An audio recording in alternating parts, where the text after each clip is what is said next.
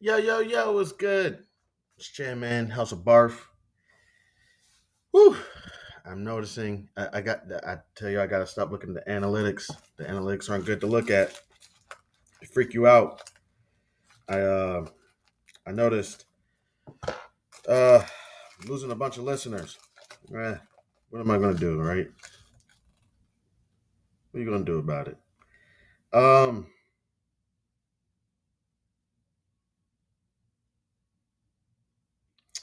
First off, I just want to say thank you to anybody and everybody who decided to stop by. I appreciate it. Um, Marcus, it's approximately 9:29 a.m. Eastern Standard Time. Uh, I just want to again say thank you to anybody and everybody who wanted to stop by and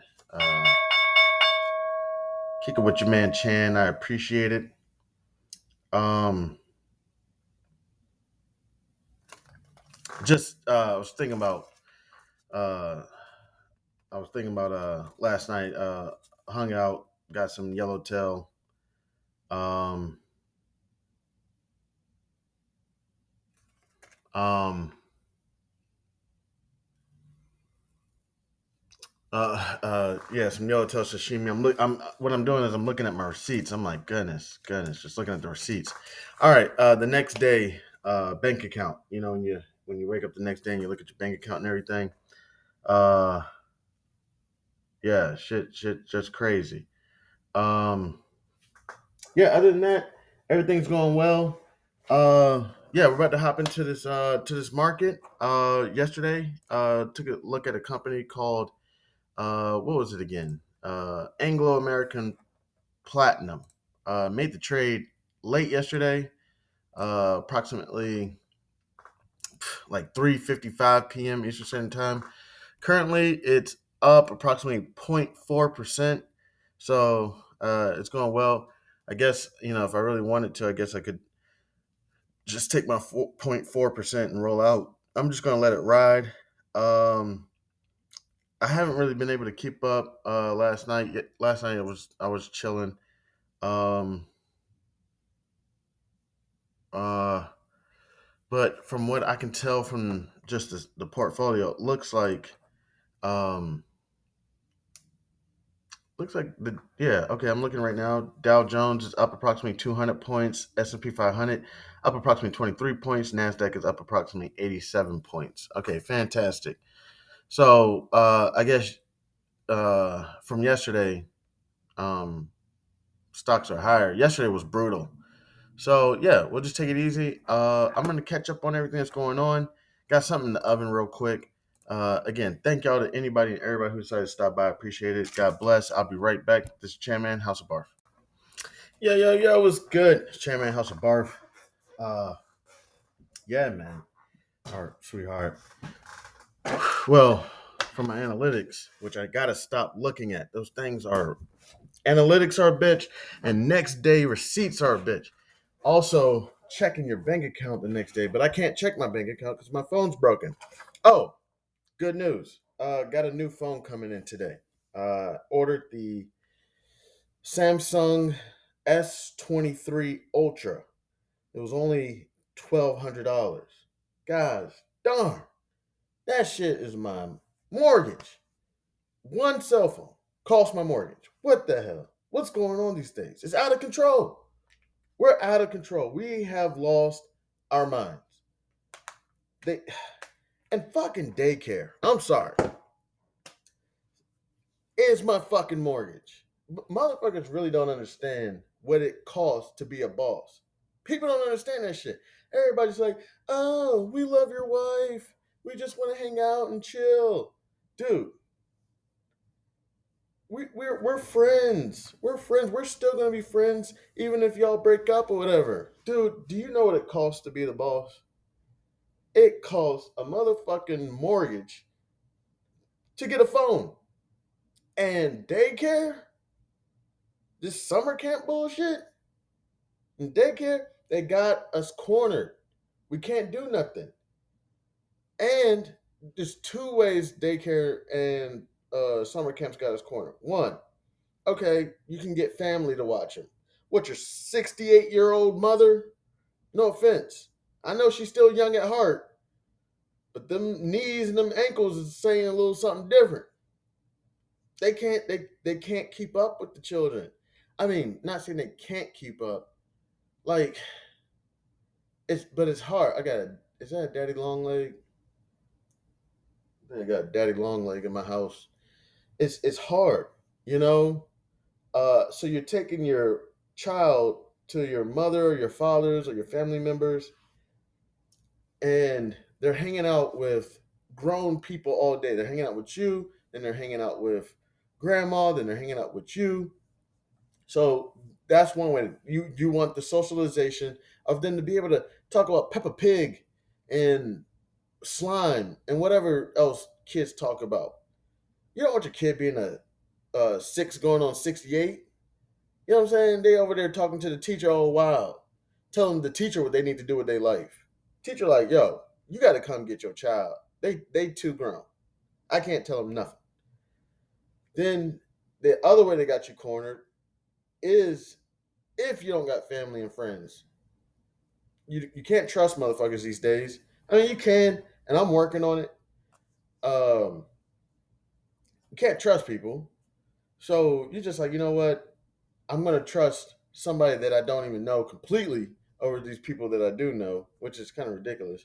But you'll trust a complete stranger, because at least you can sue them, right? You can't sue your family and friends if you let them watch your children and something happens.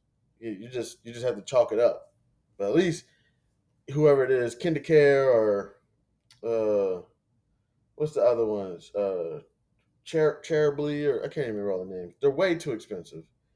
To give you an idea what's way too expensive, daycare costs approximately $500 a week per child. Now you may get a 10% discount if you got siblings. You may get a sibling discount. So that's about 2 grand a month. This is not including groceries, gas, nothing. So you say, oh, my daycare don't cost 500 a month. My daycare only costs, 500 a week, and it's due every day on the same day, whether it's Monday, whether it's Wednesday, whether it's Friday, whatever day they choose. It's due that day. You don't pay that shit, the doors are closed. The door is now closed if you don't pay that shit. Um, these new daycares, um, they have a like a system. It's like a Fort Knox. So you go in one door, Fort Knox. You got to put in a code to get in the second door, and then when you get in the second door, Fort Knox. And I love it to an extent. I love it. You know what I'm saying? But to an extent, I'm like, damn, like, y'all got, is this prison? Chill out. But I love it to an extent because at least when I leave, I have a sense of relief. I'm like, it was hell getting in, but when I leave, I'm like, eh, children are safe. Um, so these new daycares, uh, your code won't work if you know what I'm saying. You don't get the opportunity. You could They may have a buzz system. You may be like, Miss Cindy, whatever. Come on, just look. Give me a couple more days. Couple more days. Let's say that they have a buzz system. You're able to, hey, Miss Cindy, like, come on. I'm a little short on money right now. I got you. They'll probably give you 2 days. You're not getting another week. You can forget that. They'll probably give you, they may give you 1 or 2 days. You know what I'm saying? Again, 500 a week. So you say, oh, my daycare ain't no 500 a week. That's crazy. My daycare is only $375 a week. Oh, yeah, fantastic. You got me beat by $125. Okay, I'm sipping on my orange juice. Minute Maid. Um, so you say you got me beat. All right, yeah, you're only paying 350, 250, 275. So there's kind of three type of daycares. Two or three. Let me think. You got your Home care, that's Sister Barbara, Sister Cottridge, whatever, Crockett, Sister Crockett, um, sitting in the house, smoking cigarettes, watching Days of Our Lives, and you could probably get that for, I'd say, 200 a week, 250. Sister Crockett, she don't care. She got disability coming in. She got a couple foster kids. Sorry, I'm not trying to be rude to foster kids. I I want more children, and I'm not sure if I don't know if I'll have a partner, so I may adopt. But she got a couple of foster kids. She got a disability coming in. She got her retirement from Wendy's coming in. Um, she chilling. She chilling. She's good. Her house was 65,000 grand. She bought that shit 30 years ago. She finally paid it off. All she got to do is pay the taxes at the end of the year, which they went up. You know what I'm saying? Property taxes in Maryland went up. They do this to black people all the time. How the hell do property taxes in Prince George's County go up? Come on, stop it. You know what it is? There's more Caucasian demand. No offense. I kind of thought Prince George's County, I was like, I didn't think, but there's more Caucasian demand. There's more probably Asian demand. There's probably more foreigners demand. Foreigners, what they bring is they're willing to pay whatever just to get in the area. Caucasians, they bring their complexion. As Paul Mooney says, they bring the complexion for protection. Asians, they bring, I don't know. I don't know what the Asians bring. Latinos. Latinos been in the area. I can tell you the areas. Hyattsville, Langley Park. The black Latinos been in the area. Now, before I got here, I don't know. I got here about 2001, possibly. Maybe a little bit early in 2001. No more than 1999. I can't remember. I don't even think I was here in 1999. I think I was still in Kansas. I think I got here about 2001. Wait. It might have been. It might have been like 1999, between 1999 and 2001. I can't remember when I got here. Um, Uh, so I can't tell you the amount of Caucasians or Asians or whatnot before I got here. When I got here, I can tell you this: there's what they call white flight. Caucasians ran for their lives, and it was funny. I was talking to my pop. I'm like, man, I can't stand Caucasians. I'm sorry to say, like they're so fucking rude. Just because they see a black family move in, they gotta run. And then you got the black people who want to act white and the Latinos that want to act white. So they run too. They're like, we're going to sell the houses while the market's still good. Because I guess black people bring the value of homes down. You know, so they all want to sell their homes while the market's still good. To do what? To go buy another home, another house? Yeah, cool. If that's what you want to do. But there's this new thing where it's reverse white flight. So I guess the white people run away or Caucasians run away. I'm about to get my ass canceled before I even get started. They call it gentrification. Here, real quick. I don't know if you. Let me just. What does gentrification mean? Oh, they won't even say. The process whereby the character of a poor urban area is changed by wealthier people moving in, improving housing, attracting new businesses, typically displacing current inhabitants in the process. Wow, they made that sound pleasant. They made that sound like it was a good thing. Uh, and I didn't even know that. I really thought it was when uh, Caucasians move into the area and move all the black people out. That's what I thought. I seriously did not know that was the definition. Um, but yeah, no, I'm surprised by the definition. I did not know that it's not necessarily about race. I thought gentrification was about race. It's about social class. That's what it's about. I didn't know that. Okay, cool. Well, yeah, what Prince George's County, I can't speak of all areas. What we're experiencing is, and the thing is, I wouldn't call it gentrification. That's why I'm calling it reverse white flight because these Caucasians, no offense, are not wealthier than the blacks and the Latinos. And even, I hate to say something about the Asians. For years, the Asians would always open up shop in Prince George's County, but then they would fly to Moco or Montgomery County or whatnot, or Arlington, Virginia, or wherever they run to. Now I'm starting to notice, and you may have that one Asian couple or whatever, that two Asian people in the neighborhood. Now what I'm starting to notice is um, Asian people are starting to buy homes in Prince George's County, and they're staying. I have neighbors that are Asian. I say hello to them. I say hello to them on Lunar Year, New Year, but other than that, they don't really say much.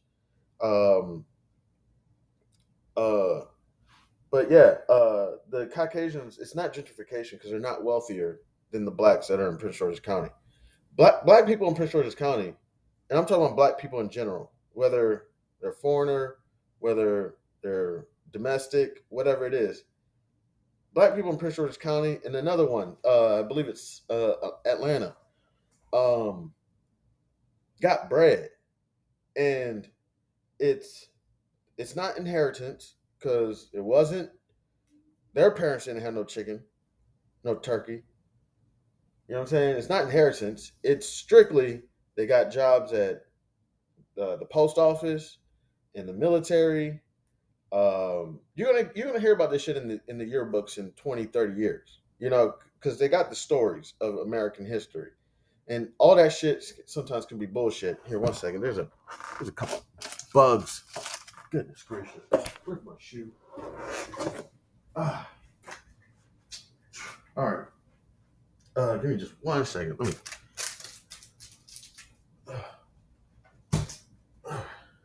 Um, I understand. People say, "Oh yeah, no, Caucasians, we got money. We've been working IT. I'm in IT. I make $600,000 a year. Yeah, for how long? For what? 10 years? You got out of college. You've been in your industry 10 years, making $600,000, and you're buying a $600,000 home. Stop playing games. Stop. Your mom, your dad put $250,000 down on the house. They left you with another $350,000 lien or loan. So I get you're making your bread, but how much was that trip to Africa last year? How much was that trip to Greece last year? How much is that private school? You know what I'm saying? You know what I'm saying? So I get you're making $600,000 a year.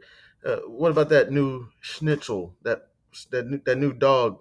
There's only one of a kind. How much was that dog? You know what I'm saying? So at least $6,000, $5,000. So they'll say, "Oh, we got money. We got no. These black people, they've been making their money. My computer is about to die.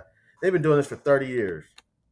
They've been painting houses for 30 years. I don't know why young people always want to compare themselves to old heads. Even the dumbest things. Potato salad. How can I get my potato salad to taste just like yours? She's been making potato salad for 30 years. You've been making potato salad for 3.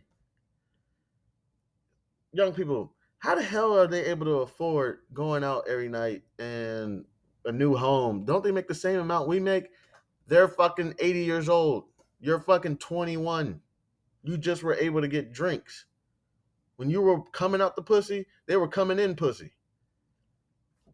You're nowhere near. So they'll try to. That's why it's not gentrification, because these Caucasians, they're not making as much as the black people around here. In order to sell a home to a new Caucasian couple, the bank has to take a loss. They got to take a loss. Black people, they're winning. That's why they're keeping all the fees and insurances on, because they're winning. The banks are winning when they can get a black. Because what do black people do? They walk in. Oh, I know this bank is going to give me a hard time. Black people got stress. Everywhere you go, you got stress. You know what I'm saying? I know this bank is going to give me a hard time.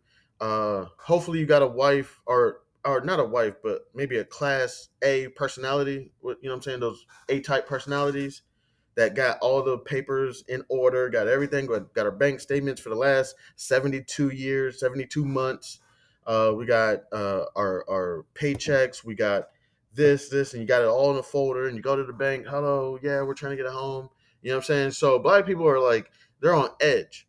That's why black people can't stand when I go to places because I go in, I look like a bum and I act like a bum. I'm like, I ain't got shit. I got 60 insurances. You see that cell phone? There's insurance on it. You see that kid right there? There's an insurance on it. You see my life? There's an insurance on it. You see that car outside? There's an insurance on it. So I'll be like, look, and you know what's funny? Student loan debt. Got student loan debt. It shit, you just say shit. You know what? My heart went bad. Got insurance on it. You just say shit, and then, what's so funny when you do that shit? All you got to do there is power in silence. A lot of people don't realize that shit. There's power in silence. You tell them, yeah, heart, ankle, everything. You know what I'm saying? Not saying you got to lie. I'm not saying promote lying, but just tell them the situation, and then go silent and say, you know what? You don't want to help me out? I'm going to another bank. Banks hate hearing that shit. These Bank of Americas, Wells Fargo's, uh, PNCs, whatever you want to call them, M&Ts, whatever. They hate hearing fifth thirds. They hate hearing it. You know what? I'll just take my business to another bank. Whoa, whoa, whoa, whoa, whoa, whoa, whoa. Slow down, Mr. Hayes. Slow down. Hold your horses. Give me 1 minute. I need to go talk to my manager. They ain't going to talk to their manager. They about to go drink a cup of coffee, go watch some TV in the break room, talk to their coworkers. Hey, what up, Shirley? Yo, we going out on a date this weekend? You know I'm married. You can't be talking to me like that. Man, fuck that. Where he at right now? He ain't here right now. Shirley, stop playing with me. I'll do you right. Then they come back, talk to my manager. And they said we can give you a $10,000 discount. Like, damn, $10,000. What the hell did that come from? How the hell did you go from 490 to 480 that quick or whatever? It's like, what the hell? These people playing games. Okay, all right. Well, you know what? That's still too high. I got other shit going on too. Recently divorced. Blah, blah, blah, blah, blah. Okay, wait, let me go talk to my manager. Now they may go talk to their manager for real, for real. Actually, they're not going to go talk to the manager. They're going to go talk to the play manager.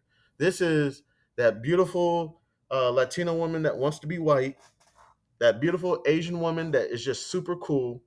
You know what I'm saying? She just like, shut the fuck up, Chan.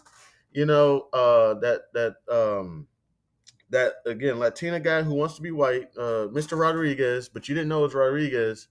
You know what I'm saying? Because he looks white. The Latina woman acts white, or they may bring in that older white lady who is a manager. But these are your play managers. These are the people who want to play manager. They wear the clothes. You know what I'm saying? They walk the walk. They talk the talk. You know what I'm saying? So they bring them first. And what this is a ploy to get you aroused. This person is probably beautiful, and it gets you a little chubby, and they're thinking there's no way he or she is gonna play this game with this beautiful person because you're gonna succumb to your arousal. This is probably gonna be a very busty or booty or handsome guy, whatever, and they're gonna give you the eyes, the green eyes, the hazel eyes, whatever, blah blah blah. You know what I'm saying? And they're betting that you're going to succumb to their beauty, whatever. This is the play manager.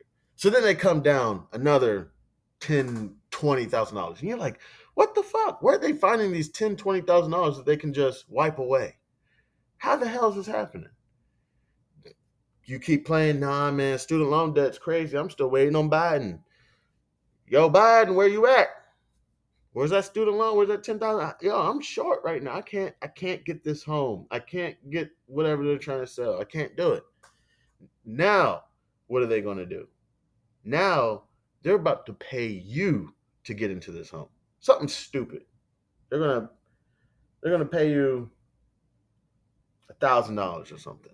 And it's not gonna be in cash. It might be in cash. You never know. But it's gonna be like, can we take you to dinner or something? A nice place. Something. You know what I'm saying? You're like, man, I don't really know. They're like, yo, have you ever seen the new Mercedes class S550? Have you ever been inside of a Tesla? And I'm like, nah, never been inside a Tesla. Never been inside of a S550. That's the big one, right? Or a BMW 7 Series. Yeah, I've been in a couple BMW 7 Series. Have you been in the one with the amber inside? No, I haven't. All right, come on, take a ride with me. We're gonna go get some lunch from Bucket Kachan or some shit. You can be like, okay, okay, okay. All right. I can order all the beef I want. I can order all the wine I want. All right, cool. Let's get some Cabernet. Let's get some Cab Sauv. Let's do it. And they're gonna take care of you, and then they're gonna bring you back to the bank. Now, this is no games. Now they're bringing out the manager, the supervisor, the Mr. Crab. Arr, arr, matey. They ready for the money. Now they're ready. Okay, they're not playing games with you no more. They're gonna drop it. They've already dropped it 20 grand, whatever. Now they're gonna give you another 20. They're gonna be like, okay, final price. Now this is your opportunity. This is your opportunity to say, you know what? All right, I've been playing around with these people too long. You know what I'm saying? Uh, I may take this deal. Or you can play hardball one more time. The hardball one more time is thank you for lunch. It was delicious. I did not realize that rare steak tasted so bloody. I've never had rare steak before, but thank you for introducing me to it. It tastes like it has a lot of iron in it. I could taste the iron. Thank you.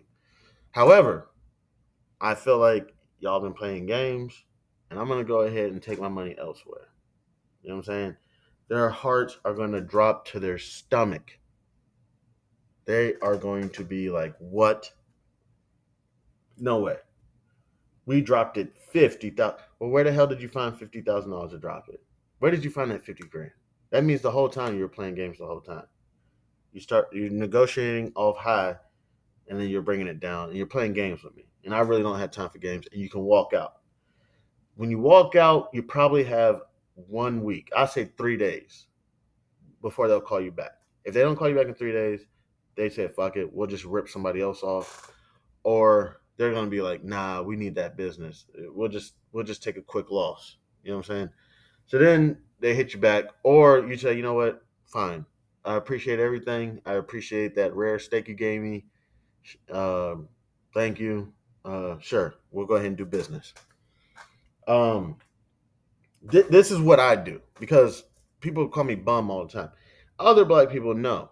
Black people go in and they want to show the basic representative, the most basic frontline representative that, the Caucasian girl who tries to wear the outfits. She got the idea, she got the model, she got the formula, or that black woman. They got the formula for the outfits. You know what I'm saying? But you could tell, they probably still a little broke, but they still look good. That movie by Steve Martin, where he was dating the receptionist and she's dating some other young guy. The receptionist, I think it's called The Receptionist.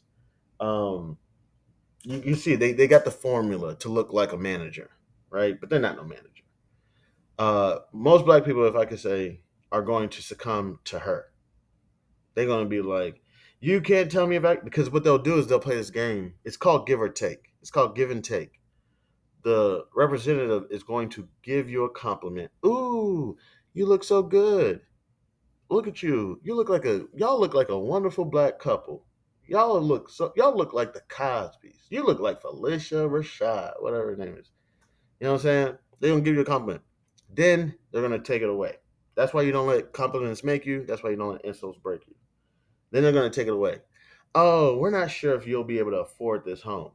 You gotta remember, these people, they say the same thing to different people all day. the same thing to different people all day. So they got the formula down. They got trainings on scripts. All right, they go to training, and there's this guy named Earl in the training class, and you know, and he talks about the discovery, the being intrigued, the wrap up. They talk about all this shit all the time. So they say the same shit to different people. Think about it like if you heard a guy hollering at girls, or a guy hollering at women, you're gonna hear the same shit over and over and over. You know what I'm saying? And eventually you're gonna be like, seriously, do you say that to everybody? Oh, you look so young. You know what I'm saying? Do you say that to everyone? Actually, I do. You know what I'm saying? They build a formula. So then they're gonna take it. Oh, we're not sure if we're gonna be able to afford this home. What immediately does it do? It sends a blood rush as a black person, because you gotta remember, black people, domestic black people, we got some Indian in us, or Native American in us. You know what I'm saying? They say then that when your blood is boiling, that's your Native American heritage in you. You know what I'm saying? I don't know why people say that, but so your blood starts boiling. I can't afford what? I can afford anything. Sell me the home at $600,000 at 29% interest, and I'll buy it. You know what I'm saying? Because it's more about pride. You know what I'm saying? They want to show that we're not just some broke black couple. Yeah, fuck that. You won't see this person ever again. Same thing with car accidents. You won't see that person ever again. I mean, not car, but like road rage. It's a 2 second incident. Just keep going. Forget about them. Same thing at the bank, whatever. This is a 32-hour interaction. You'll never see this representative ever again in your life. So don't succumb to that idiot. They want to impress their managers for some dumb reason. That scam artist manager, the one who filed for bankruptcy so that he could stop paying all his credit card debt and everything, they want to impress this guy or this woman. You know, um, hey, I sold the home for $600,000. Hey, and everybody rings a bell. Bing, bing, bing, bing, bing, bing, bing, bing. Susan Shirley sold the home for $600,000. Great. You get a pat on the back, and you're like, yeah, get out of here.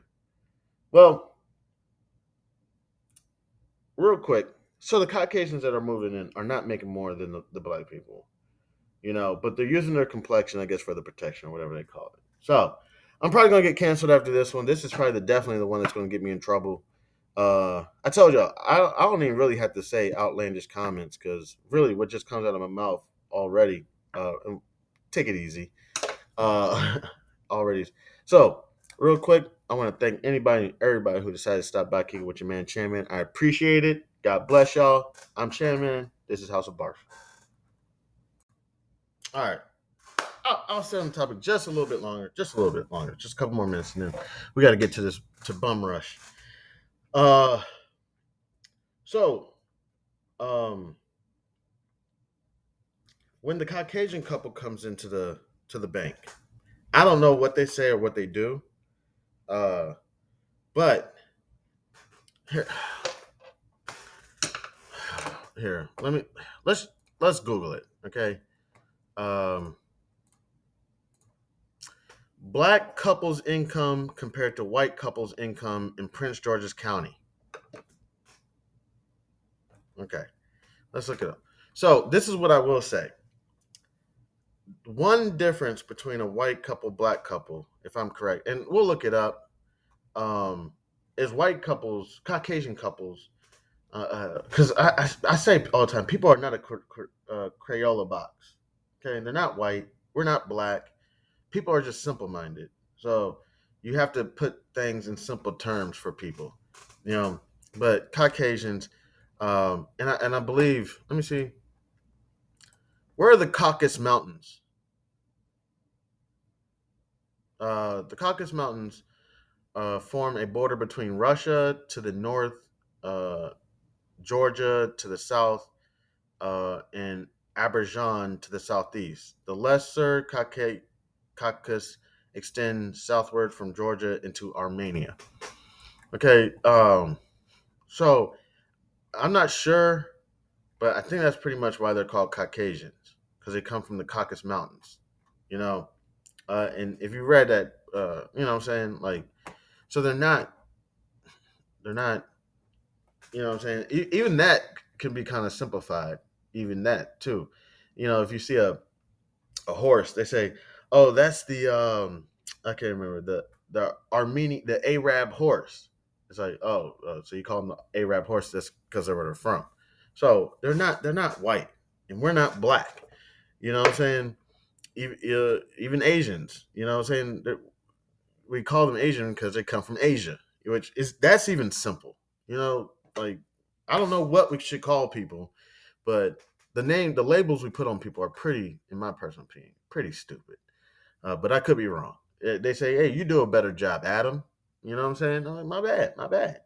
All right, I'm not perfect either. I make a lot of mistakes. I got a lot of receipts here showing me a lot of mistakes that I make. Um, but I don't know what they say or they do. Uh, One thing I would say why Caucasian couples do probably better than black couples is because they get married. Caucasian men, I don't know what it is about them, but they want to get married straight out of high school. It's like what they do. You know, um, they're like, uh, baby, will you marry me? And who loves to get married? Because there's a thing out there that black women are like single for a long time. I don't know what it is.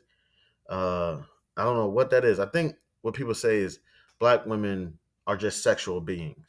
I think that's all people look at, but they just want to have sex with a black woman, and then they're done with them. I don't know what that's about. Why black? Because I think black women I think all women are beautiful, but you know what do they say? Don't discriminate, penetrate. I'm kidding. I'm kidding. I'm joking. I'm just playing. Um, but I don't know what it is about black women, but I guess people just want to, bam, bam, thank you, ma'am. You know, I'm like, man, like, shit, that's more for me. I'm kidding, I'm kidding. But yeah, I don't know. So black women are like, they got that, that auntie that never got married. They got that uncle that never been married, and they like, you know what? I don't want to be like uncle such and such, whatever it is, or auntie such and such. Um, and they're like, you know what? I got this. I got Mark. I got Tom. I got Harry who's like proposing to me right now. We only went on one date, and he's like, "I want to marry you, baby." You know. So I'll say Caucasians get married real young, early. They get early marriage. So that I think having that dual income really helps Caucasians a lot. So going to Prince George's County, uh, Caucasians make up 12% of Prince George's County's population. Black, African, whatever they want to call us, make up approximately 60%. Asians make up approximately about 4%. Pacific Islanders make up approximately 0.07%. Others, man, that's fucked up. They just said others make up approximately about 16%. Biracials make up approximately 8%. Uh, American Indian slash Alaskan Native make up approximately 1%. Um, Let me see. Hispanics make up approximately 23%. Uh, Let me see. Did I say that correctly? I don't know. If you want to do the math, you can probably add it up. Let me see. I'm not going to say all the ages. The largest age group is between 25 and 40, 54, 45. That's about the age range of Prince George's County. And let's see, household income. Uh, okay, they're saying Caucasians bring in approximately 102,000, and blacks bring in about 96,000. Okay, um, and then it drops. Oh no, okay. Then there's the Asians. They bring in 102, but then it drops substantially. Like the next closest is biracials or multiracial people bringing about 93. Hispanics are bringing in about 97. So Hispanics are, and I've noticed that Hispanics they're doing their thing out here. They. I'm not being rude or anything, but every business I go to, there's Hispanics. I don't even know what we should call Spanish. I call them Spanish speaking people. I don't know what to call them. Because I've heard there's labels that are offensive, so I don't know if they're called Hispanic, but I'll just say Spanish speaking people. Um, they're doing their thing. Every business you go to, there are several Spanish speaking people in there. So I've noticed this, and the thing is, they've been doing this for years on years and years. And this is the other thing. They get married young. They keep their family together. These are things I've noticed. And they're just cool ass motherfuckers. They really are. Besides the stories you hear about like the gangs, man, when when you don't pay a Spanish speaking gang, from my experience, from what I see on the news and whatnot, they love knives. You know what I'm saying? I think they love cutting people. Because what will happen is they'll be like, young pregnant lady lost both arms. She was an affiliate of, I don't even know. It'll be like, I don't even know the Spanish speaking gangs. One that I have heard of is MS-13. They cut her arms off or something. It's like, damn, but I've noticed, and they're just real cool motherfuckers. Like every time, man, you hang out with Spanish speaking people, you're drinking tequila, you're eating great food.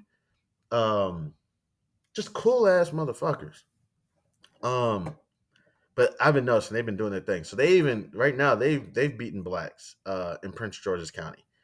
Um, so Caucasian, the Asians, oh, they're beating the Caucasians.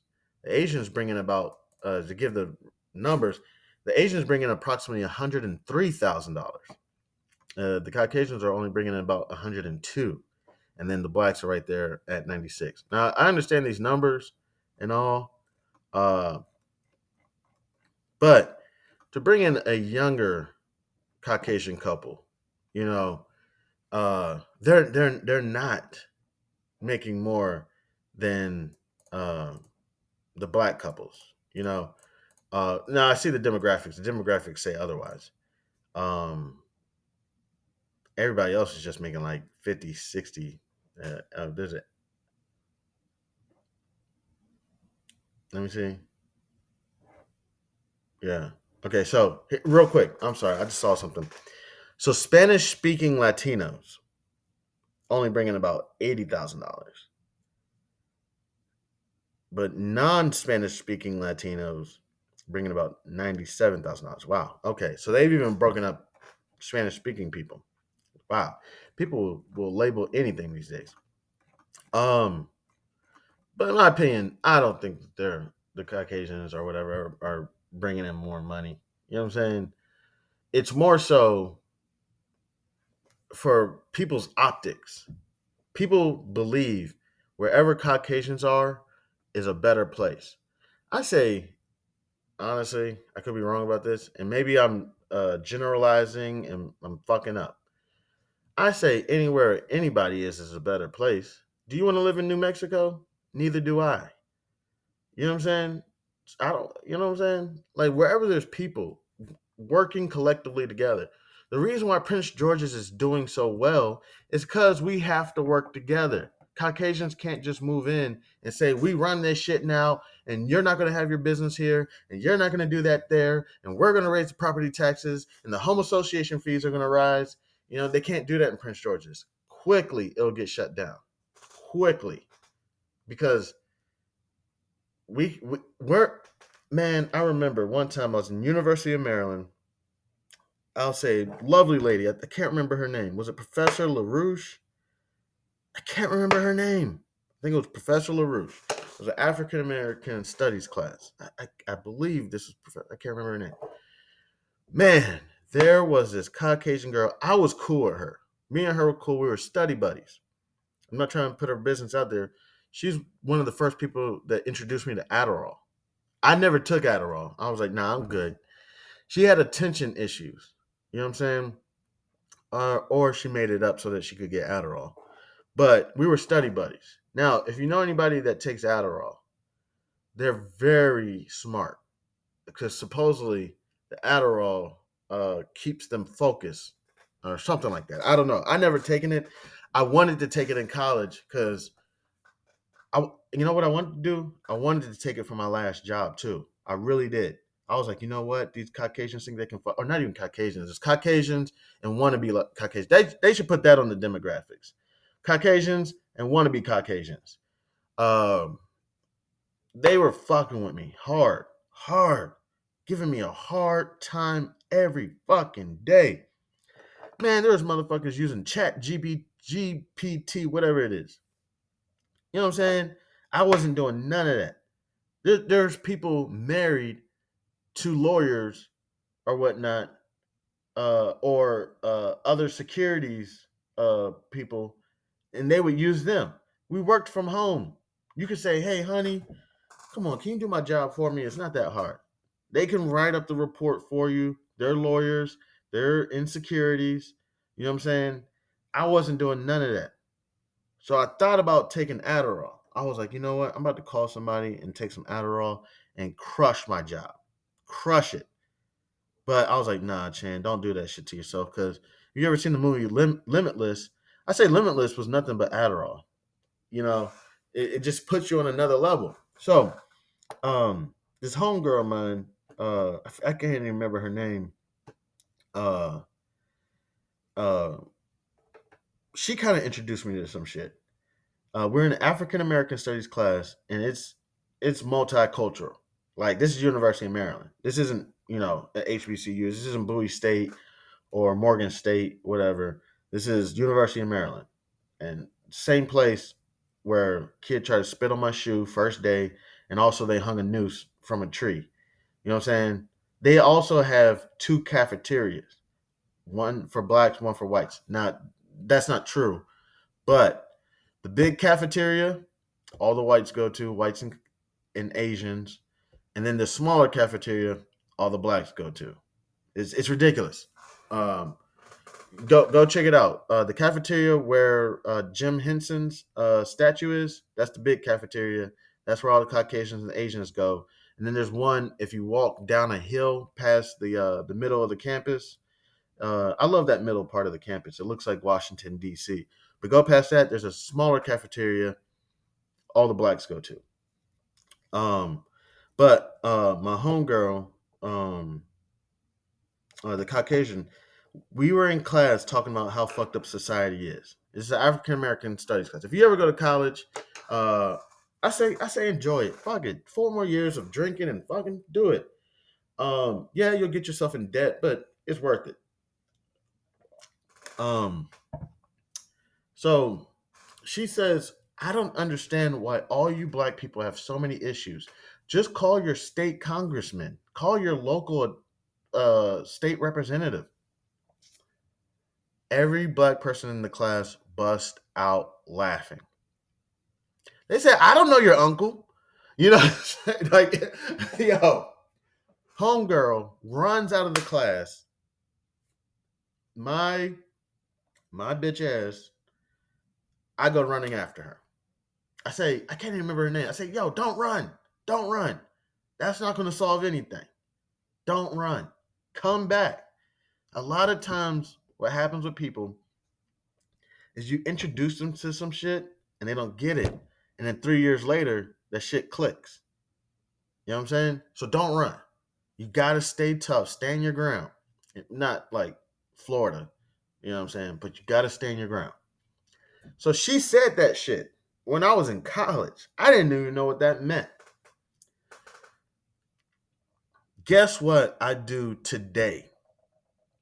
Today, when people fuck with me, who am I calling? I can't even remember the lady. I got a few of their names. I'm calling my state representative, my state congressman, whatever. I just saw it in the news. Um, Let me see. The EEOC getting the most complaints ever. Let me see. I just saw something in the news. Let me see. The EEOC, the Equal Employment Opportunity Committee, or something like that. Let me see. Has complaints to the EEOC risen? Let me see, March. That's March. I want to get if we can get something a little bit sooner. They got something from March 2023. But I heard something in the news earlier. The amount of complaints to the EEOC have risen. Women feel like they're not able to get in roles of leadership. Blacks are just getting thrown all over the place. Latinos, same difference. But today, I call my state representative when people fuck with me. It didn't make sense to me then. Makes a lot of sense to me now. So I really truly think Caucasians when they move to Prince George's County, they can't just run around trying to run shit anymore. You can do that shit in probably other places, the Midwest, the South, you know what I'm saying? Where, no offense, black people may not be as educated, no offense. I'm not trying to be rude. So you move to an all black city in Tennessee or Florida or something, and white people try to move in and run shit, it may work because blacks are like, oh, okay, forget about it. If you want us to move to the west side and you want to move to the east side, y'all can have the east side. We'll just move to the west side. And black people will make the best of the situation.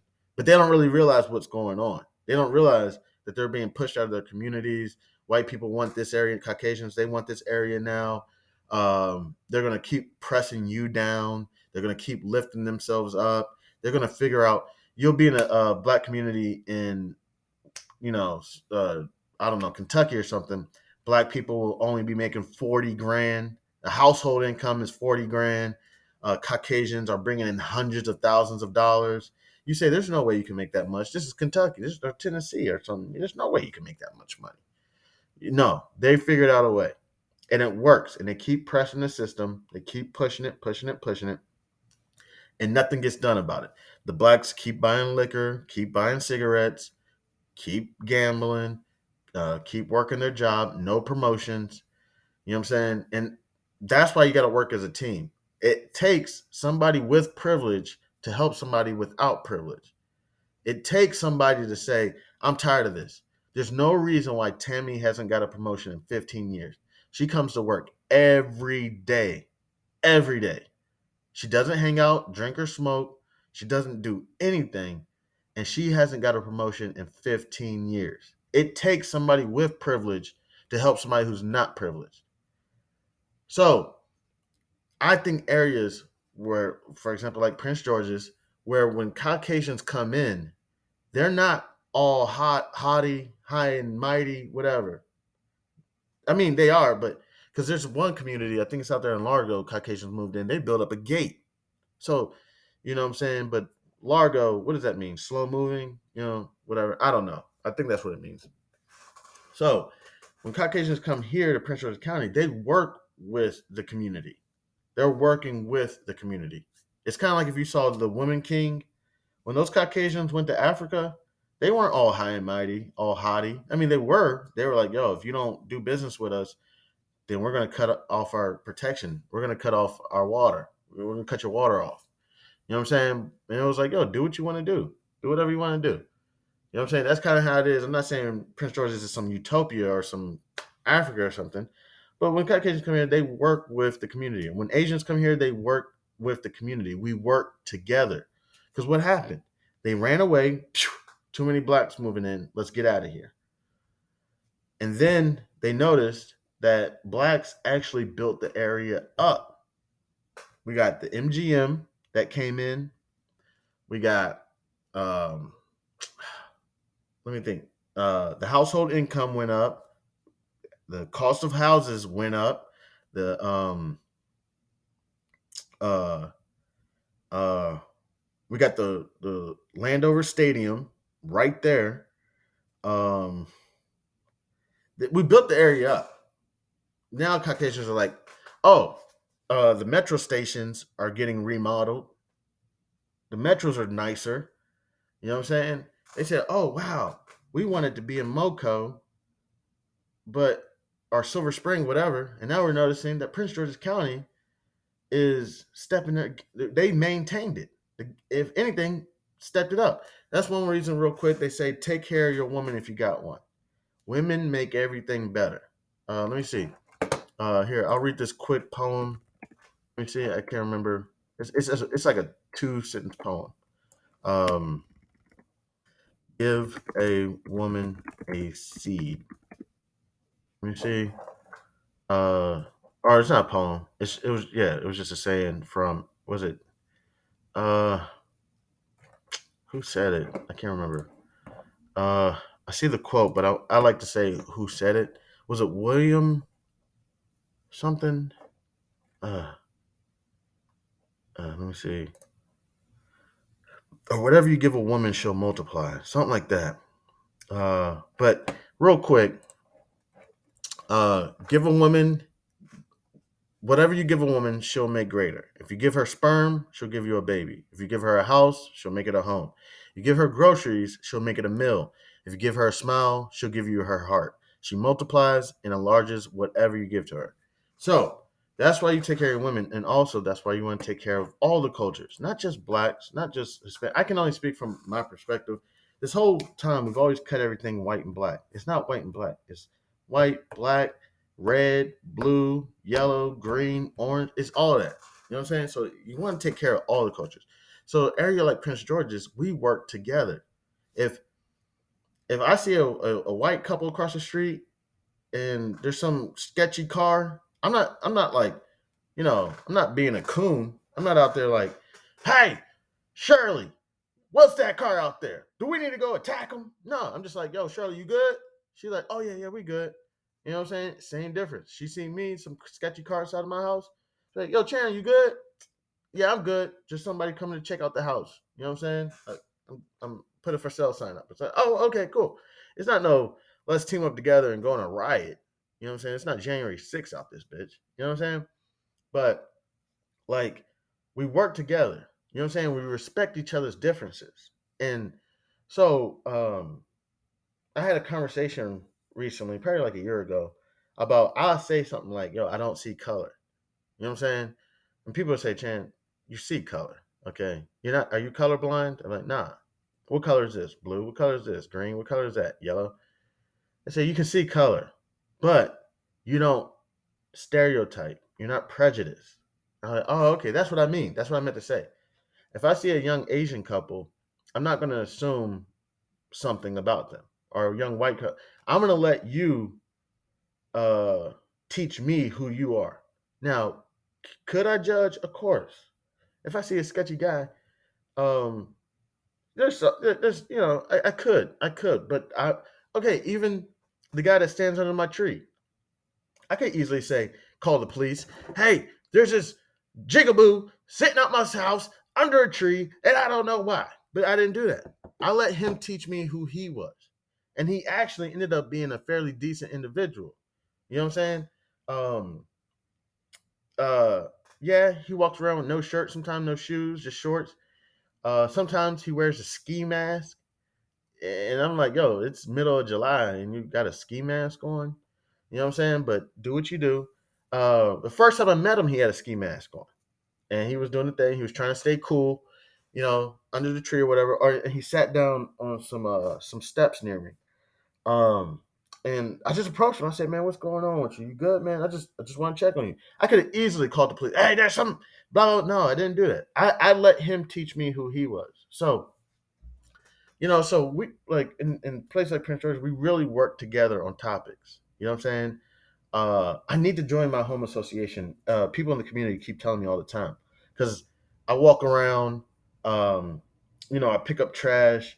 I call the home association and I say people are leaving their trash bins. So if anybody that lives in my community is listening to this podcast, which I doubt it, uh, I'm the person who calls the home association and says, I'm tired of people leaving their trash bins out all week. It's ridiculous. The homes are not huge. So what people do is dumbasses, they buy 4 cars for a tiny ass home. They put the cars in their garage. They have nowhere to put their trash bins. So they put their trash bins on the curb like all week. There's other shit that irks my nerves that people do. And they're like, Sharon, you just need to join the home association. Just grab your balls, be a man, and join. Because I don't want people hating me. Because I will fuck up your life. I'm tired of certain shit. All right? I'm tired of, what else do people do? Shit. The trash bins. Um, um, There's a couple things that people do that irk my nerves, and I call the home association. I'm like, yo, y'all got to take care of this, man. This is outrageous. You know what I'm saying? Like, um, there's something else I can't remember, but I need to write it down because I need to call the home association and get this shit worked out. But we work together as a community. You know what I'm saying? Because black people out here, I mean, I'm not trying to put everybody business out here. Barack Obama and Michelle live in Southwest, if I'm correct. They got a brownstone in Southwest. Ugh, I really want to. I want to buy my wife a brownstone. You know, if we can work this shit out. She has family from New York that used to live in a brownstone, and I want to get her a brownstone. If I don't know if this shit's gonna work out. I don't think it is, but if things work out, I want to get. And if I get money, that's another reason why I had to kind of leave my job. I can't do shit. Brownstones out here in DC cost bare minimum 1 million. Bare minimum one, and they weren't that much. They were only 100,000, couple 100,000, but gentrification took over. They moved all the black people out. They moved the Caucasians in.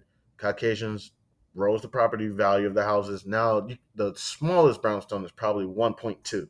Smallest. A big one probably 3.2. I'm not sure. I'm making that up, but I'm guesstimating. Um, but yeah, areas like this is beautiful, um, because we really work together. Because if people want to come around here and fuck around, easily I can call the mayor of Baltimore, young black guy. And I'm not saying you got to have your black connects. I'm saying we're not in a position where we can't call somebody and be like, "Yo, something's sketchy about this." What's the mayor of Baltimore's name?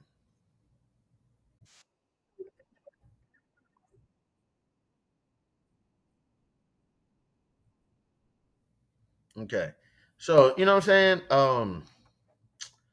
Stacey Abram, is that her name? Who is Stacey Abram?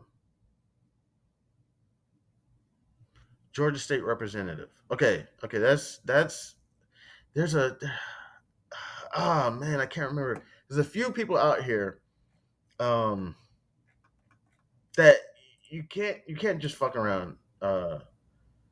Brandon Scott, if you couldn't hear, I forget sometimes you can't hear when I'm listening to something. But all right, I'm gonna go ahead and stop beating a dead horse. Um, I want to thank y'all so much to anybody and everybody who decided to stop by and kick it with your man Chan. I appreciate it. God bless y'all. I'm Chan Man. This House of Barf. Yo, what's good, Chan Man? House of Barf. Real quick, something that really bothered me about thinking about University of Maryland. Uh, the same year I went there, they canceled the African American Studies program. The program I was in, we just get like an email or call one day, somebody, and they're like, the African American Studies program is the African American Studies president. Let me see if I can Google this. Uh, University of Maryland fires the African American Studies president. Uh, uh, let me see if I can find out who it was. So when they fired the president, what year? I can't even remember what year I went to University of Maryland. It was 2008, I believe. So let me see. I don't know if they brought it back yet. Uh,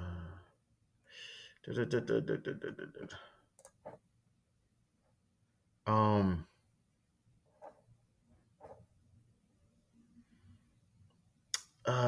give me just 1 second. Um, let me see. University of Maryland terminates the African American Studies program. I think it was around 2008. So essentially, I can't remember what it was, an email or something. They said, let me see. Who was University of Maryland's African American Studies president in 2008? Um,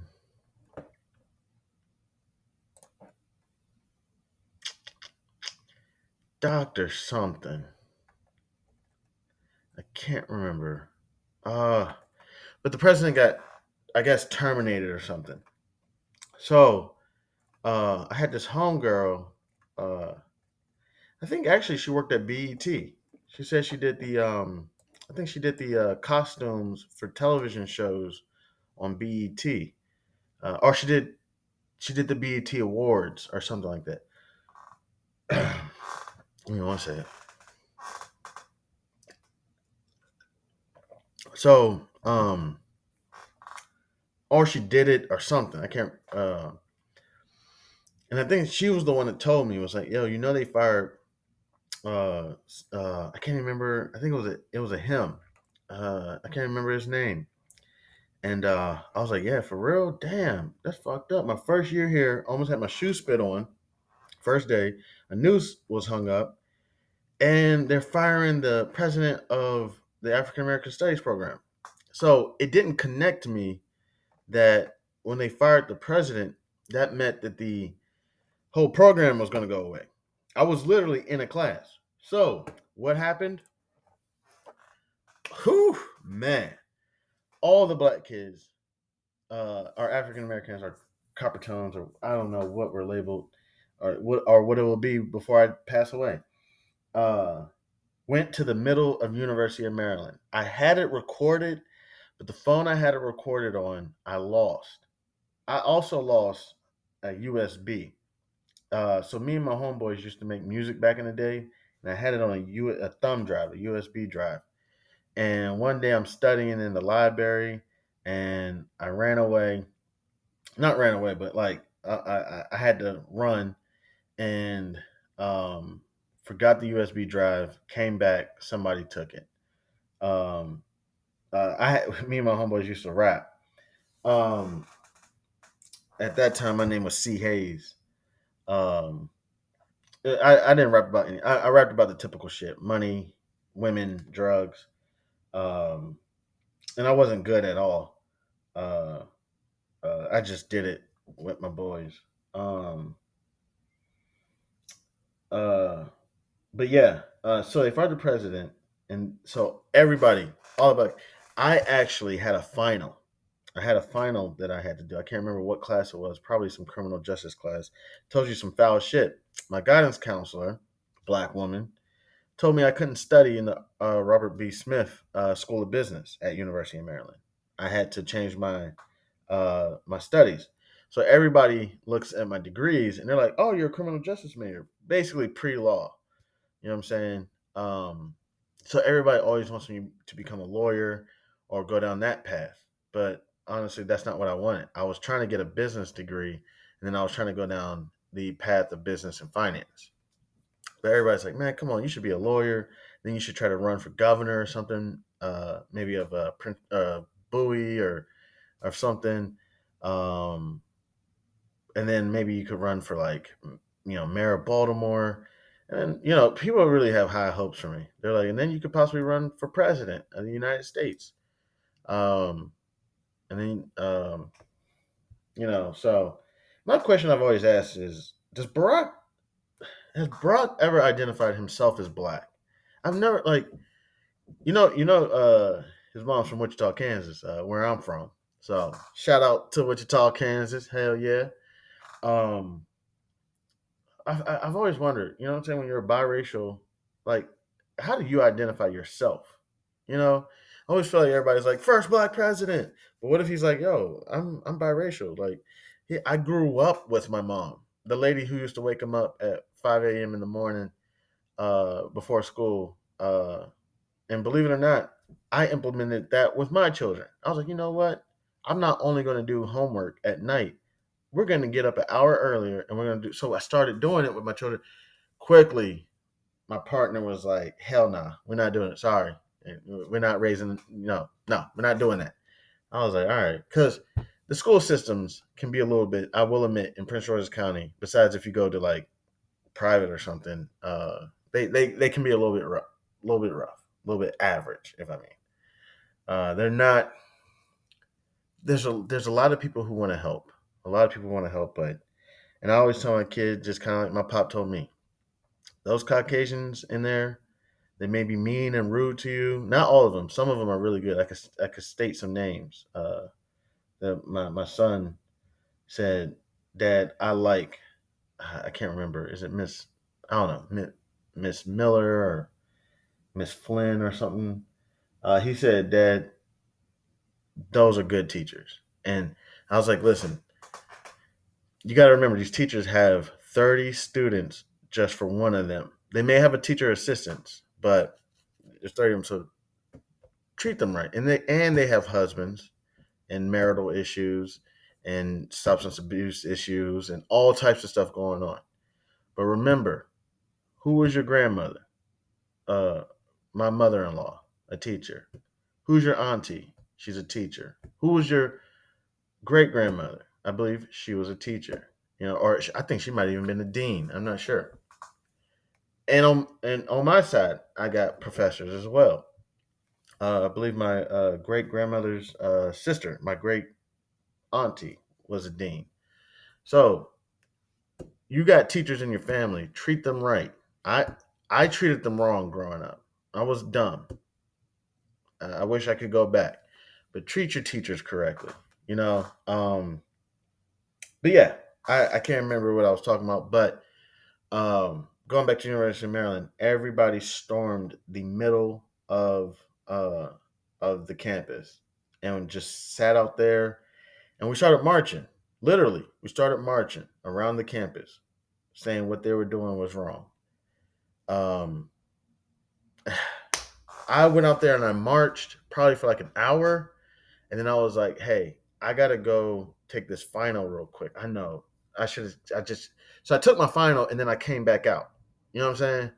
So I came out, I marched, and then I went and took my final. Then I came back out and marched a little bit more. But the second time I came out, everybody was like, "All right, we're about to go ahead and wrap this up, but we got to keep it going."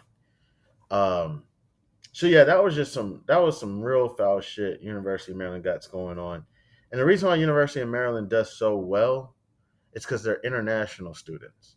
They bring in so many international. Oh, there was also real quick other program which I didn't think there was anything wrong with it, but people are like, "Oh hell no, that's wrong." Let me see.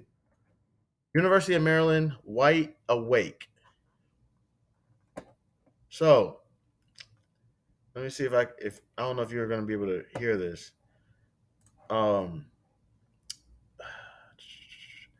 University of Maryland stands by safe space group for white students to discuss rate despite pushback. Um, Let me see. The University of Maryland Counseling Center is offering a new group billed as a safe space for white students to discuss race. This, in turn, has promoted pushback from students. The group is called White Awake, aims to provide white students an opportunity to explore their experiences, questions, reactions, and feelings on race, according to the Counseling Center's website. Do you sometimes feel uncomfortable and confused before, during, or after interactions with racial and ethnic minorities? A promotional flyer for the group read. David Ackerman, a sophomore journalism major, said the language being used to advertise the group concerned him as a Hispanic person. The way I interpret it is that white people are being victimized by interacting with us, he said. After students took to social media to express concerns about Wide Awake, the counseling center said in a statement it would stop circulation of the flyer and consider changing the group's name, but it stood by itself. We agree with the feedback that the flyer was not clear enough in conveying the fact that the purpose of the group is to promote anti-racism and becoming a better ally. Its statement read, "This is an opportunity. This is an incredibly difficult, nuanced issue, and that's the reason we need to discuss it." And then the article goes on. Um, uh, the article goes on and on. But yeah, there was this group called Wide Awake, and when I heard about it, I was like, "Yo, leave those Caucasians alone. They're trying." And sometimes when people try, they fall. You know, let them fall. Yes, an all white group to talk about racism doesn't sound like a good idea, but they're trying and they're going to keep trying and let them fail and they'll get it. That's just think reverse an all black community talking about Caucasians, issues with Caucasians. Like, does that make any damn sense? No, but they're clearly trying. So, um, yeah. So the African American Studies at University of Maryland was totally terminated. Was gone. Now, have they brought it back since? Let me see. Let me see if I can. People call it the wide awake. The dumbest social justice ever. The dumbest social justice effort ever, or yet, something like that. Yet, uh, woke white kids fail. This is terrible. No, I'm just saying. Like these are some of the comments that I'm looking at. What was I just about to look up? Did University of Maryland bring the African American Studies program back? Okay. Uh oh, let me see. There's a Department of African American Studies at University of Maryland. And University of Maryland, people don't realize that we got Qs. They also have the Caucasian frats. They go by different names. Like they go by like Pi. I can't remember their names. They got different ones. Um, Crazy thing about some of them white fraternities, they be doing some shit. So they got all their houses over there. They're pretty nice houses too, big houses, big frat houses.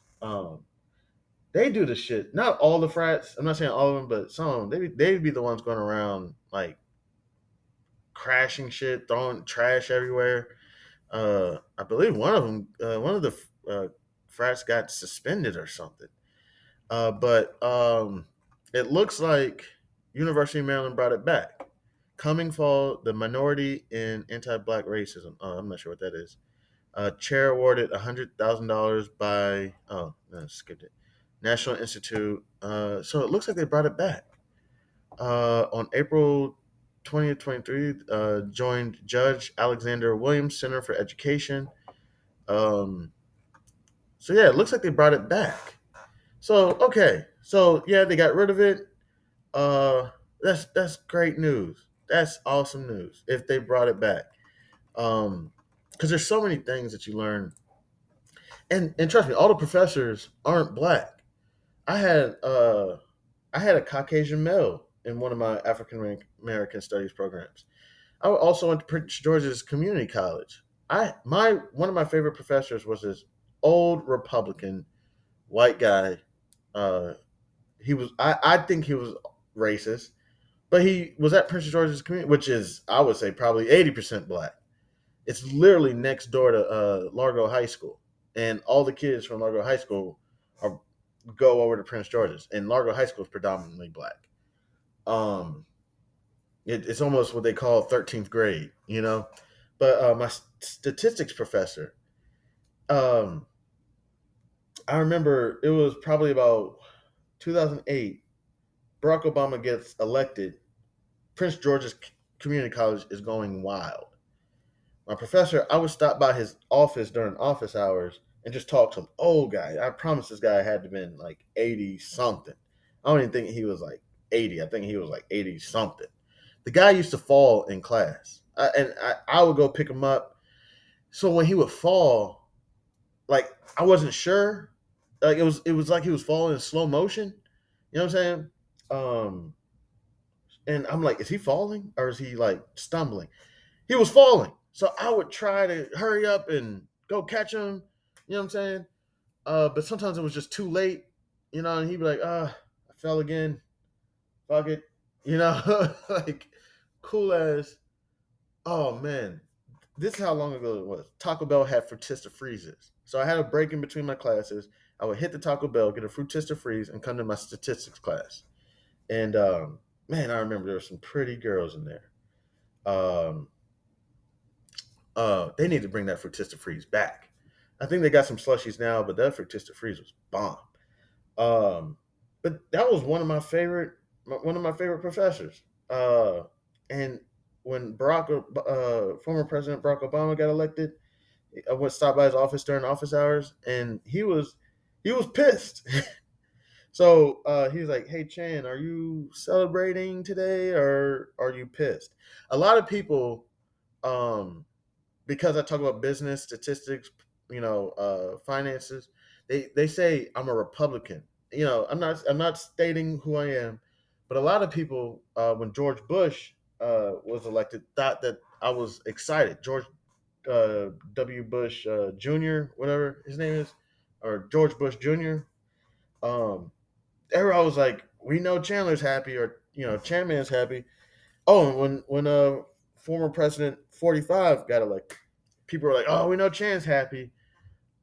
Shit, I remember my man. I don't know if I can say his name. My man, his name was Matt. I don't know if I can say his full name. Um, cool ass white guy, man, Caucasian man. He was a swimmer. He swam for can't remember what college, some school in North Carolina. That was a cool ass dude, man. So intelligent, um, down to earth. Said hello every day.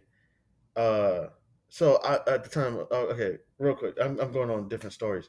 But Trump gets elected. I go to work the next day. I didn't take a sick day. They say you can call out black. I'm calling out black today. I didn't call out black. I went to work. My man Matt comes to my desk and he's like, I can't stand white people. Like, and this guy's Caucasian himself. He's like, I can't believe they put that guy in office. I was in an experience where white people were fighting white people. I was like, what am I dealing with today at work? Black people, uh, honestly, we just went to work. We were just like, Caucasians were arguing with other Caucasians. I stayed out of it. I was like, I'm not even gonna deal with this. I got to reach out to Matt if I can ever get in contact with him. Cool ass white guy.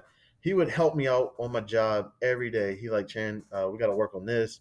You don't worry about it. We'll get this all figured out. You know what I'm saying? Um, man, that was a great guy. I gotta find his phone number.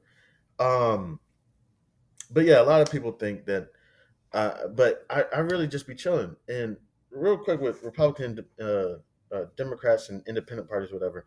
Essentially, when they called them, I think WASP. When the WASP came over here, the Anglo Saxons from I believe it was Britain or UK or something, um, and Alexander Hamilton, Benjamin Franklin, uh, George Washington, all them set up. They established the country. um, that was the republic. You know what I'm saying? People are trying to install laws and rules from I don't know 1600 something like that. So those are the republics, the Republicans. They're trying to keep the rules and stuff that were going on back then. They're trying to keep those installed today. You know, where you have your Democrats. I don't know why they're called Democrats. Let me see. Let's see if we can find out real quick. Why is it called the Democratic Party?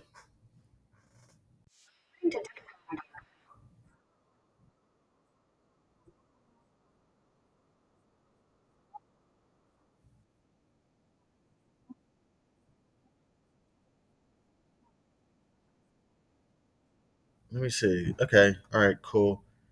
What does democracy mean? Or, I'm not sure if I'm asking.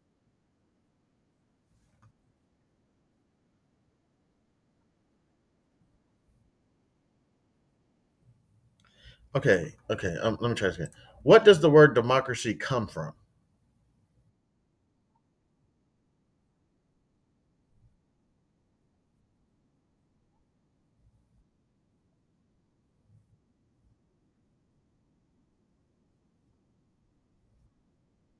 Oh, okay. Cool. So, again, demos means whole citizen. Okay. Because for a while there, Caucasians referred to blacks as three-fourths of a man. If you have one drop, you are considered not a whole citizen. So demos means whole citizen. Okay. And kratos means power and rule. Wow. Democracy. Oh, okay. There's no more second class citizens or anything like that. They're a whole citizen. Wow. Okay. So, yeah, because I talk about business, finance, statistics, and all this shit, people say, "Oh, you must be a Republican." I'm not claiming what party I'm affiliated with. Yeah, again, this is barf. We're not talking about politics. But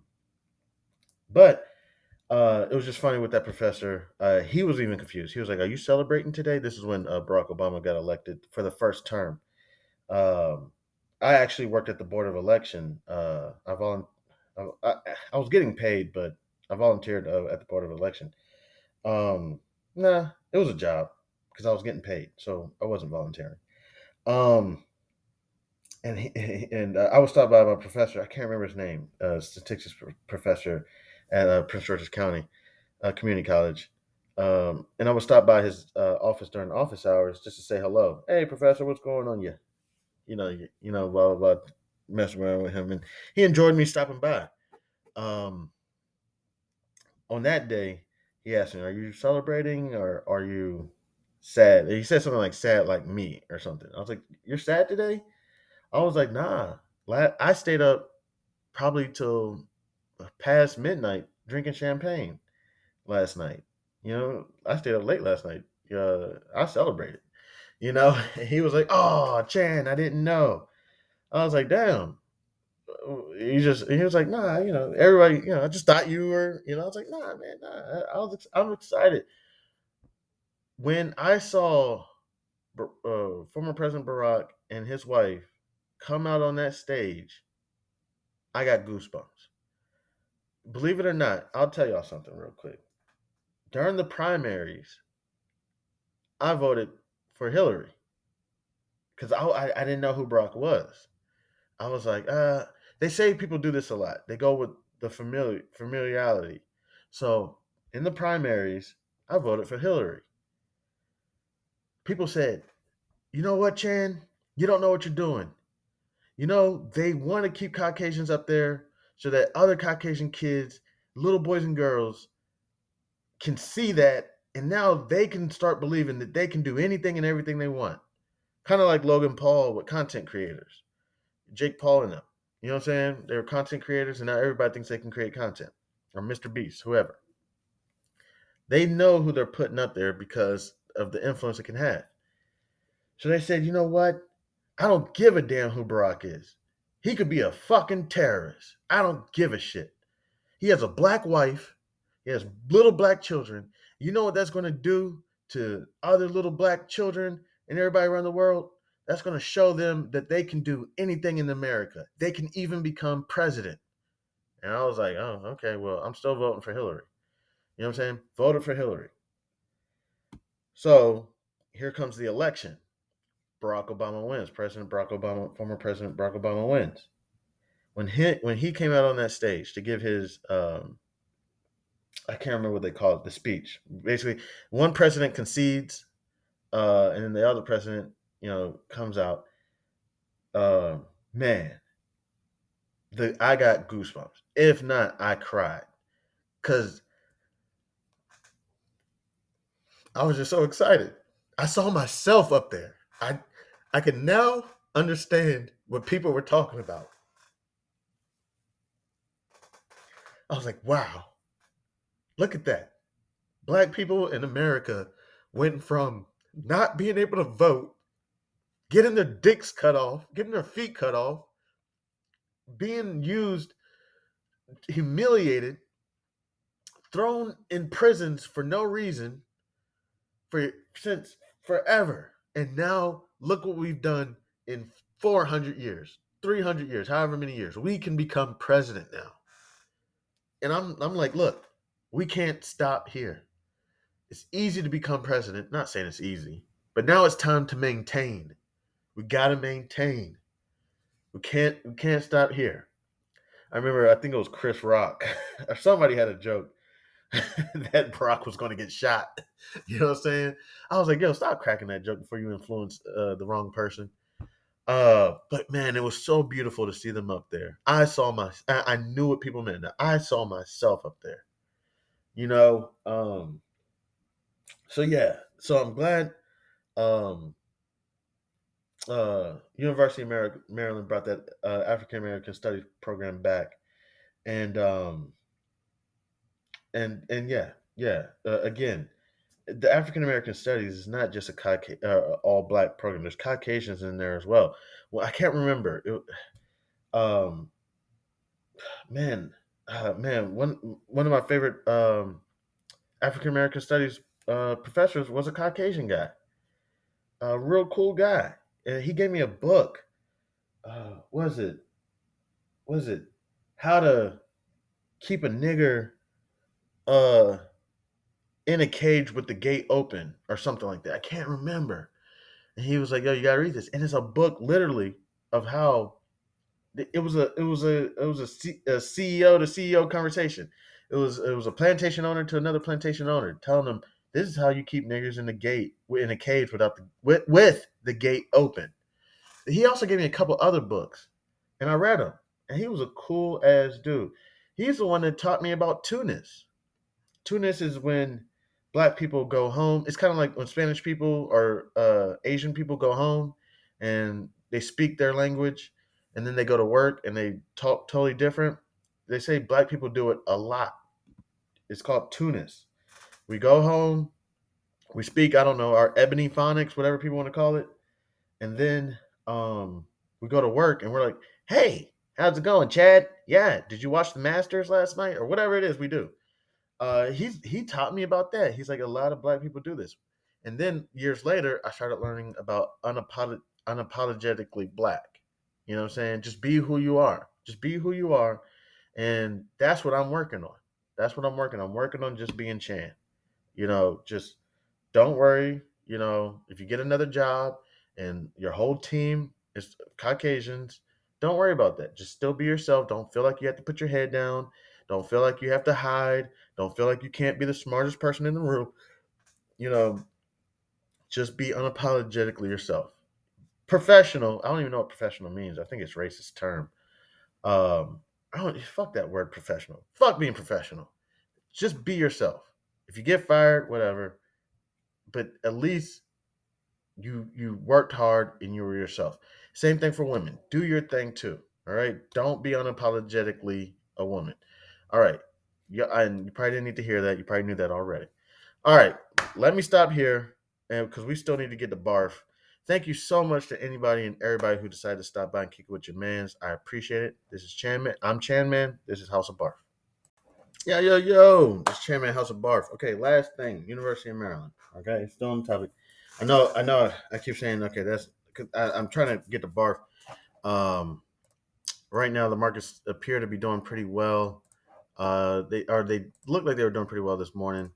Um, looks like they may have had a slowdown. But I'm gonna get to it. So this is why you gotta let people prove who they are. Because if you stereotype, or prejudice, racist, whatever. Um, and I'm not trying to go on a I love Caucasians raid, but um, two things. So uh, I had a I took a LGBTQ plus class or something, and then also the financial aid office. So my first experience with the University of Maryland was bad. It was bad. So uh, when I was in high school, um, and I pissed my SAT teacher off. I pissed her. I pissed her off so bad she called my parents.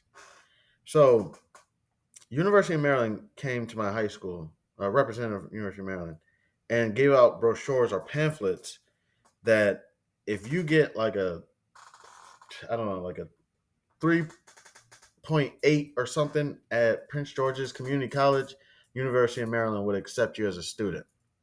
So I was in the SAT class um, in my high school, and um,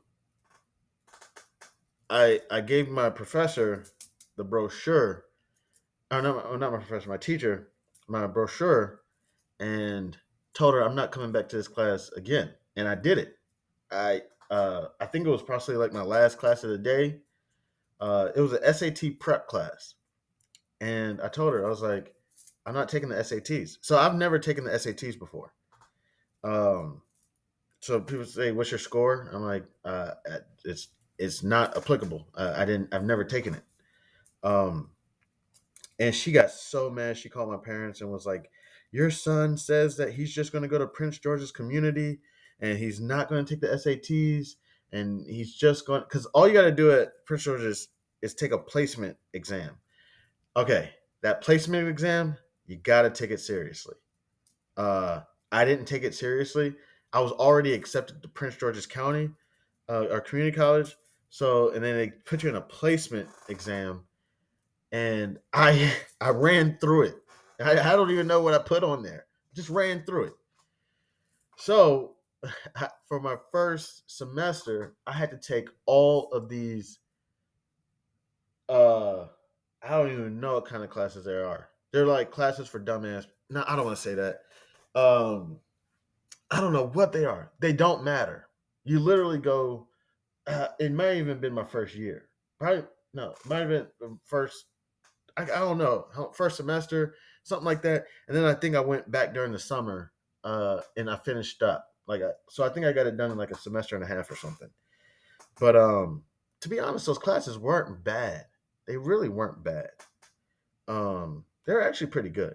But if you have a placement exam, you gotta take that shit seriously. Like, or you're gonna be spending a whole semester, maybe even a whole year in all these just classes that are just like ridiculous. Like basically teaching you like the ABCs over again. Like seriously. It's crazy. Um so so I go through the program. I do well at Prince George's. I get accepted to the University of Maryland. So I get my first bill. My first bill was crazy.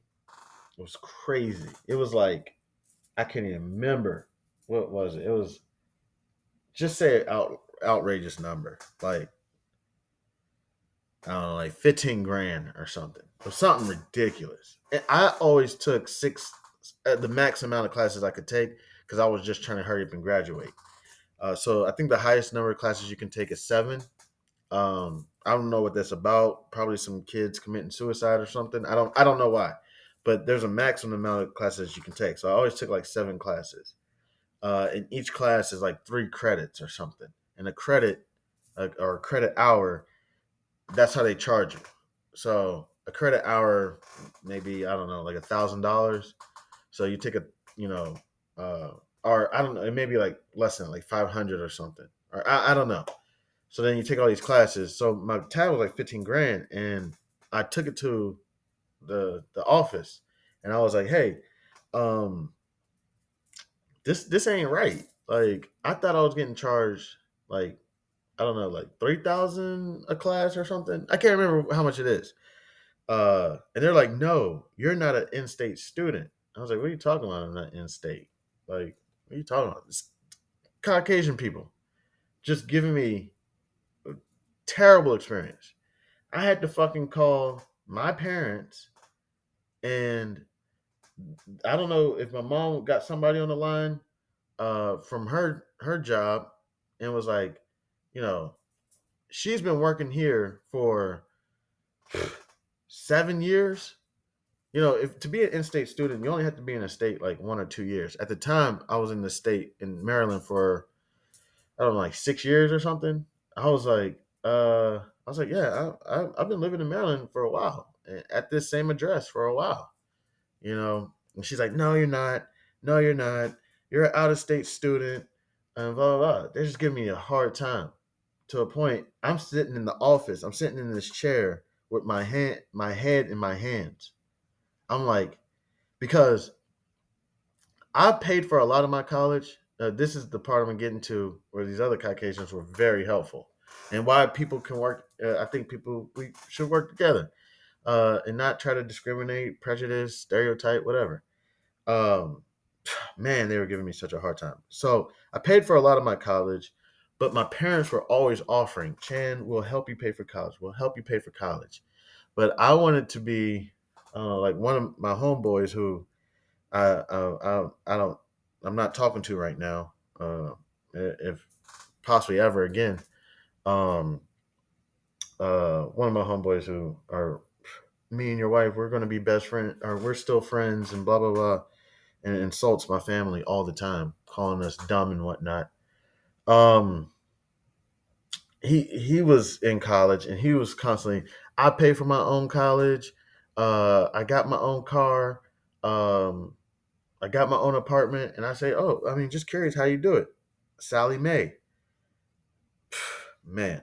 So I'm sitting there and I'm thinking about calling my parents. I'm like, Ma, actually I did call them. I'm like, Ma, I got this big ass bill and I don't know what I'm gonna do about it. You know, um, and she takes a look at it and she's like, you know, they're giving you out of state tuition. This isn't even international tuition. International tuition is ridiculous. If you go to the University of Maryland, no offense, not judging, but you can tell there's a lot of international kids there. And these international kids, they check the white box. That's why it looks like white people are doing so successful. No, it's typically foreigners who want to get a job or get accepted to the college and they check the white box. You know what I'm saying? Because if you're getting great scores, why wouldn't Caucasians want to get that represented under their demographic, and then you get the opportunity to be a part of the job or the campus or whatever. Um, so yeah, I'm just so there's in state, there's out of state, and then there's international. The tuition for international is something ridiculous. It's absolutely out of control. So let's just say, for example, in state, it may be three, let's say 3,000 a class. Out of state, it may be like, I don't know, like I don't know, like 5, 6,000 a class, or I can't remember all the costs. It's expensive, and then the international is probably like $10,000 a class, like $9,000 a class. Like it's something ridiculous. So their bill is like 30 grand.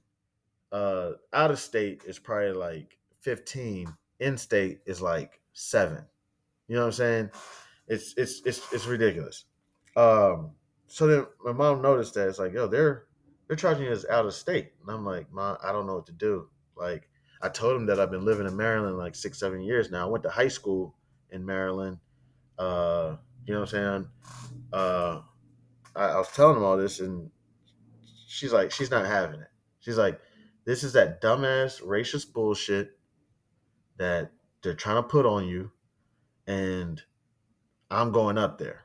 So my mom comes up to the school, University of Maryland, and the same lady, the same team of people were there that day. And my mom is chewing them out. She's telling them, I'm an officer, blah, blah this, blah, blah that. And they're trying to give her a hard time. You know, she's like, if I got to get people on the phone, I will. And next thing you know, they take my bill. I wait probably a few days and I get a new bill. The thing is like a third. They're like, oh, that was our mistake. We put it in the wrong system. So I go to my mom, like, okay, I can handle this, right? I can handle this. So I go to the financial aid office, um, which the financial aid office is so funny uh, because they say, man, financial aid office at HBCU is like the club. I go to the financial aid office in University of Maryland. It's crickets. There's nobody in there. You know, I went straight up to the teller, whatever. Caucasian. This lady is talking to me about financial aid, and I told her, I was like, hey, um, I applied for Sally Mae. Sally Mae sent me the money ASAP. She's like, Chan, hold on to that. Hold on to that. Okay. If you can, we can give Sally Mae their money back. Back then, this is 2008, 2009, I don't know, around then. she was telling me the student loan thing is a scam. She was telling me that then. And I'm like, well, I got friends who are paying for their college. I want to be a grown man. I don't want to have to ask my parents for money. And Sally Mae is giving me the money right now, and I got to pay this bill. And she's like, just give me a couple days. I will give you whatever it was I asked for, like $20,000. Um, and I'll get you an interest rate of like 3%. Sally Mae at the time was charging me like 9%. But she said it's just going to take me some time, and you may not get the money till like end of the month or something. And I'm like, end of the month, Sally Mae's, but they sent that money in a day. They sent it in like 2 days. It didn't take long. Matter of fact, I'll tell you a quick story about that. I asked for $40,000, and it just happened that my pop got home before me, and he knew who Sally Mae was. He was like, "Oh no, hell no!" So immediately he sent like 20,000 back. He was like, nah. He was like, I'll let you keep. It was like it was like 19,000 dollars. He was like, nah. He sent like half of it back, like right away. He was like, I don't want you getting involved with Sally Mae. Uh, Sally Mae is a bitch. She really is. Whoever it is, or she, straight up, and it's a government agency. That's the crazy thing. Um, so this lady, I mean, she's really trying to work with me. She tried hard to say, do not take that money from Sally Mae. Take it from me. I promise you, I'll get you a good deal. I'll get you the money. You know what I'm saying? And I was like, nah. And I really wish I took that lady's advice. You know what I'm saying? So it's just, and then I told you the guidance counselor, black woman, is the one that took me out of the Robert B. Smith business program. You know what I'm saying? So you really never really want to judge anybody off of their race or be stereotypical. And trust me, there's groups of people out there that say, you know why I stereotype? Because it's easier. That's why people stereotype. That's why people are prejudiced. That's why people are racist. It's easier. You know what I'm saying? It's easy to look at someone and just judge them, hate them. Oh, no, it can be backed by science. If you watch Django, Leonardo DiCaprio's character tried to justify the difference between white and black people based off of like a bump on the back of the skull, saying that that bump gives people the gene of being nice and too passive or something. I can't remember what he said, but people were trying to back about anthropology and science and all that shit. You know what I'm saying? Um, but no, it's easier. It's easy to look at somebody and immediately make assumptions about them. It's easy to look at a black woman and make an assumption. It's easy to look at an Asian man or woman and make an assumption, or a black man or woman, an Asian man or woman, a Hispanic man or woman, whatever. You can just look at them and make an assumption. Do I do it sometimes? Yeah, I do it sometimes, and it's not what you think. It's not like I'm like, oh, they're gang. No, I see, a new Caucasian couple, a new Asian couple move in, and my initial reaction is, okay, give them their space. Okay, give them some space. They're probably uncomfortable. They may not even be uncomfortable. Who knows? They may be a little afraid of black people. Do it at work sometimes. Okay, you know, Caucasians, they want to be the leader. Just let them be the leader, and you can figure out a way to lead from behind. So I got to work on that on myself as well, because they may not even be thinking that. They may be like, "What, Chan? Hell no, nah." Like, yeah, I'm not, I'm not afraid of black people, or I'm not, like, hell no. If you want to stop by my house, stop by. You know what I'm saying? Um, or no, if you got something you want to say at work, say it. Don't think that, just because I'm Caucasian, I have to lead the meeting and I have to be the manager or the supervisor, or that if you're intelligent, that you may be trying to take my job, give us our jobs back. So I got to work on that as well. It's not so much more I look at Caucasians and be like they're all racist and nothing like that, or nothing like that. It's just more so, um, if I was to cross the street because I saw a Caucasian or something, I would be trying to help them out. I'd be like, okay, they're probably having a heart attack right now. Let me cross the street just to make their day. And that sounds stupid. I know it sounds stupid, but I'm not racist towards nobody or homophobic or sexist or classist. You know what I'm saying? Like fuck all that shit. You know. Oh, last thing. Then the LGBTQIA. No, at the time it was just LGBT, if I'm correct, or it was LGBTQ at the time. I was in college at University of Maryland. Caucasian woman. Caucasian woman was very informative. So yes, I did take an LGBTQ class. Um, at the time, I felt like I was a little biased towards homosexuals, transgenders, cross dressers. They're all different too. This is stuff I learned in the class. Um, felt like I was a little biased towards them. I will admit, for a period of my life, I do feel like I was a little um, biased towards them. So I took a class. I know this sounds so stupid. I know it sounds like some dumb Midwestern bullshit, and it is. So I took a class. I took an LGBTQ. Uh, actually, I took one and two. Um, learned a lot. Um, learned a lot about not generalizing, not being, you know, hateful, whatever. But led by a Caucasian woman. She was so informative, so cool, so nice. I probably would have had a beer with that woman if um if she drank beer. I don't think she drank beer. I don't think she put anything in her body that was an impurity. She didn't even put clothes on her body that she thought was an impurity. Dead ass. She said she would buy the materials and make her own clothes. Uh so we would talk about it, and she says, "Look at all your clothes." Shit. What do I have on right now? Who's this made by? Uh, what is this made by? I got Adidas on. Um, who is this? Uh, Bowery Supply Company. Oh, okay. I don't think that's anybody. But look at all the stuff around you. She's like, pretty much anything you have on is made by slave labor. To to today, I don't care if it's Abercrombie Fitch, if it's Burberry, Nike, pretty much. Not saying every company, but for the most part, every company is made by slave labor. I'm like, slave labor? Like in 2000, at the time, 2009, 2010, whatever. She's like, yeah. And she pulls up some videos and she's like, I want you to watch this shit. One of the videos we watched was traumatizing. It was about a sweatshop in like Saipan, China, and it was about, I believe, Nike or something. These guys essentially kidnap women. They don't kidnap them. They go to like small villages and whatnot and convince them that they can have a new life. You know, so these women, they leave their husbands, they leave their children.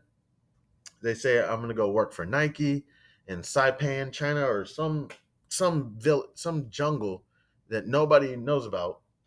And they work, and they don't get a paycheck because they work in a sweatshop.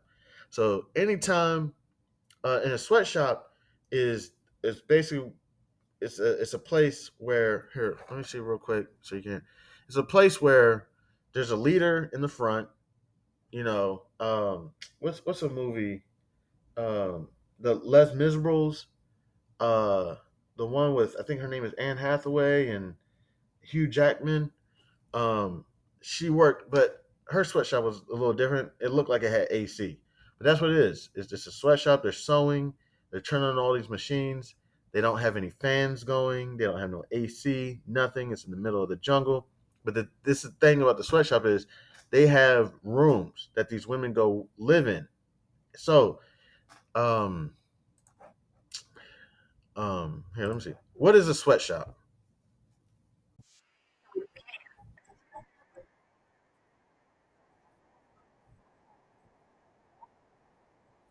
Okay, so illegal working conditions. They may have one fan, and it's not even turned on. Just looking at it makes you feel cooler. You're just like, ah, I wish that fan would just blow a little air, and that just makes you feel cooler. Um, so these women, they live in the sweatshop in their different bedrooms. So when they get their paycheck, it's only like $1 or $2 because they're saying, well, we provided food, we gave you room and boarding, um, so they take all their money. So these women are not even able to send money back to their husband and their kids, and if they are, it's not very much. It's like maybe $1, which may be substantial in their life. Maybe things where they live only cost pennies or nickels or something. So $1 is huge, but they take all their money. You know, um, they man, I've seen some things where they had the women passing out. You know what I'm saying? Whatnot. This is the shit that gets real fucked up. So then they tell these women, all right, thank you so much for your service. It's time to go home. Now you got to remember these companies, and I hope I'm not, I'm not talking about. I believe it was about Nike. I'm not sure. It could have been about another company. I'm sorry if I got it incorrect. I told you I'm going to be cease and desist or canceled before I know it. So they tell these women, okay, thank you for your service. It's time for y'all to go home. These women think that they're going home. They're not. They're going to put them all on a bus. They drive this bus in the middle of the jungle and they leave it. Sometimes they take the bus and they drive it into an ocean, and the driver gets out and all the women drown. Or the driver drives a bus in the middle of some jungle and all the women die from infections, diseases, trying to make their way out of the jungle. You know what I'm saying? So these women don't make it home, at all. And these husbands and children have no idea what happened to their mother. They said that she was going to do a contract and come home. We never heard from her. You know, because they don't want the news to get out to anybody. You know what I'm saying? So this was a Caucasian woman at University of Maryland, and she was fantastic. She was amazing. I forget her name. Um, and sometimes with people, they can be a little bit on the quirky side. But she was like, yeah. She was very informative, very nice to me. You know, so again, going back, there's no hate towards any particular group. If there's anybody that, so I'm very mad at a few people. Uh, I've been robbed before, just because people think I'm rich. Um, I got people hitting on my spouse because they think we're about to get divorced, or even if we weren't getting divorced, they're hitting on my spouse. I got buddies who've called my spouse out of her name, called me out of my name, have said things about my children. So I got people that I'm very upset about. Um, but I try not to practice hate at all because it burdens you, burdens me. They say hate is it's like acid. It will always deteriorate the container that it's in, or something like that. Like, don't quote me on that one. It's something like that. Um, so if you hate, it is only deteriorating you. So I try not to practice hate. I try not to hold. I do hold grudges. I try not to hold grudges. Um, I try to act as a Christian. Try not to make fun of bastards. Try to not make fun of poor people. Um, Even when they're mean and rude to you. I've done it before, and it's not right. I had a buddy, um, you know, talking about how much of a best friend he is with my spouse, and I said, "Shut up, you bastard!" And it's not right. And I've done it a few times, and it's not right. And even when they're mean and rude to you, I try to behave in the way of a Christian should. And I'm not trying to say everybody should be Christian or whatever. But I'm not promoting. That's not what I'm saying. But um, I try to behave even when people do you wrong. You know how much I would love to be in a room for 5 minutes with these guys who are calling my spouse behind my back, trying to take her out on a date or ask her for rides to different places or whatever. Hey, can you give me a ride here? You know what I'm saying? Uh, and yeah, and she'll do it. Um, I would love to just get not even 5 minutes. Just give me 30 seconds. I would love it. But I'm trying to practice on not hating and not being that person. People are going to do wrong by you. Don't mean you got to do wrong by them. What is it? Lord, forgive me for my trespasses as we forgive people who've trespassed against us. Something like that. I damn near say it almost every night, or I try to say my prayers before I go to bed, and I try to say my prayers when I wake up in the morning. But I'm not perfect. Don't think I get it done. But um, yeah. But I seriously try not to practice. Hey, I'm King Kumbaya. Okay, I think we can all work together. I think I think racism, sexism, classism, all this stuff, I think is the biggest joke by God. I say God got a funny side. He's a comedian. It's just that easy. If y'all could get over that, y'all don't know what y'all could do. There was supposedly a community of people who were trying to build their way to heaven. I think it was in the town of Babel, and that's kind of how uh, language and confusion came around, or not confusion, or maybe it is. I'm not sure. I think language or something. God was like, you know what? These people are going to either make their way to heaven or kill themselves trying. And he was like, let me split them up. You know what I'm saying? And create a language, whatnot. Now, whether you believe the stories or not is completely up to you. I got the same. One of the buddies I'm talking about calls me brainwashed because I believe in Jesus. Jesus is my Lord and my Savior. I try to go to church and all this. He said, "You're brainwashed. That's all it is." And I said, "Okay." I'm like, "Yo, I don't know why I hang out with some of these people." It's like, man, to an extent, we're all brainwashed, man. Just what are you brainwashed by? You know. So I seriously just think it's a huge joke by God, just to see all these people essentially about to annihilate themselves. With what is it, the new N word, nuclear or something like that? You're gonna nuke themselves, like, and all they got to do is just get to know each other. Just wondering, when you poop, is it brown? Mine is. When you pee, is it yellow for the most part? Unless you're putting something in your body, for the most part, yeah. Uh, when you breathe, is it air? I don't know. When you put your pants on, is it one leg at a time? There's 98% things that are similar. Probably. Don't quote me on that. And there's probably 1.2 difference, 1.9 difference or something. But hey, people, live as you want, do what you want. It's your prerogative. It's my prerogative.